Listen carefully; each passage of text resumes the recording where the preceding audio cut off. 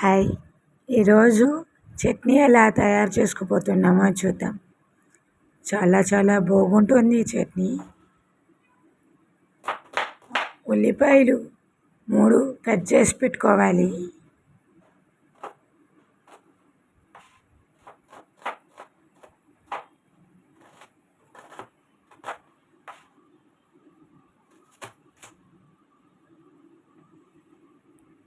ఉల్లిపాయలు వేస్తే చట్నీ చాలా బాగుంటుంది. అందులో ఈ చట్నీ ఇడ్లీలోకి సూపర్గా ఉంటుంది. నాకైతే చాలా బాగా ఇష్టం. మా పిల్లలు కూడా బాగా తింటారు. పచ్చిమిర్చి 3 నుంచి 4 వరకు కారాన్ని బట్టి వేసుకోవచ్చు. 3 అయితే సరిపోతుంది. ఆయిల్ 2 టేబుల్ స్పూన్లు.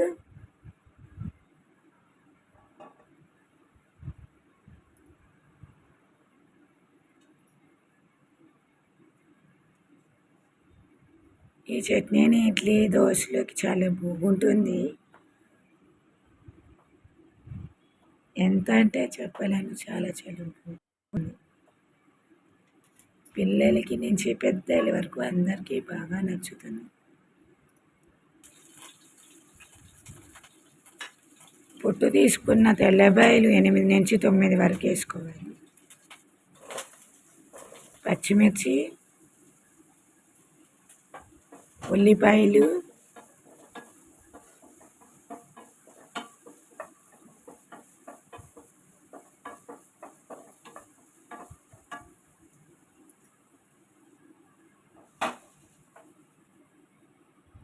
ఎర్రగడ్డ వాడే వరకు కొద్దిగా లైట్గా వేగించుకోవాలి.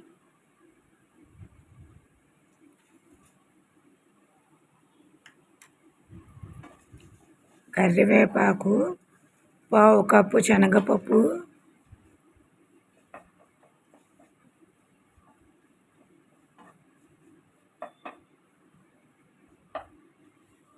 ఒక 5 నిమిషాలు వేయించుకోవాలి.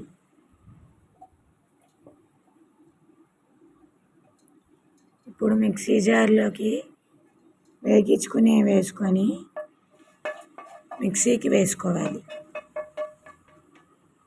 వీటితో పాటు కొత్తిమీర, 1 గ్లాస్ నీళ్ళు,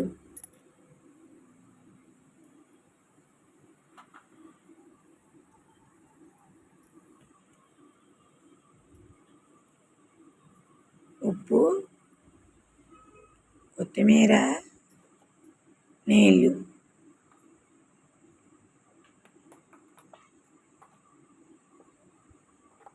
చట్నీ సిద్ధమైపోయినట్టే.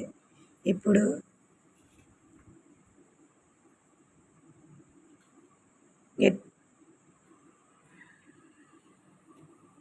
తడాకా పాన్ తీసుకొని తాలింపు పెట్టుకోవాలి.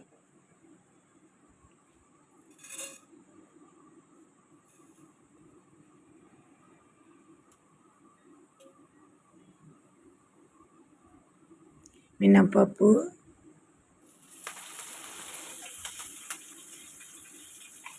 ఎండుమిరపకాయలు 2, కరివేపాకు,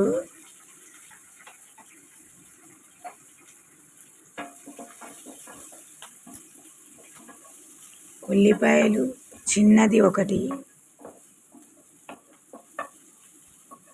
ఈ తాలింపు పెట్టుకొని దీంట్లో ఉల్లిపాయలు వేసుకోవడం వల్ల చట్నీకి రుచి కూడా బాగుంటుంది.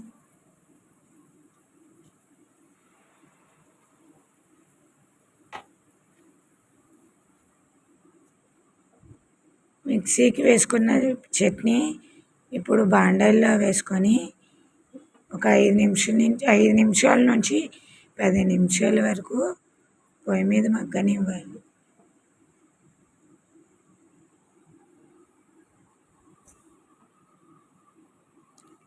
నీళ్ళు కలుపుకోవాలి సరిపడినంత. మరి అంత జారుగా ఉండకూడదు, మరి అంత చిక్కగాను ఉండకూడదు. మధ్యస్థంగా ఇడ్లీ మీద వేసుకునేలాగా ఉండాలి.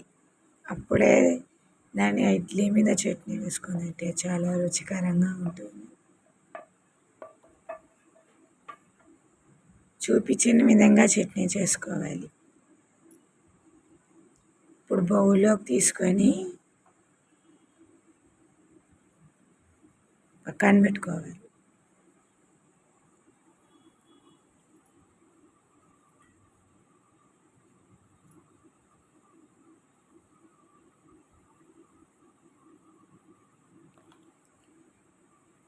ఇడ్లీ మీద చూపించిన విధంగా వేసుకోవాలి.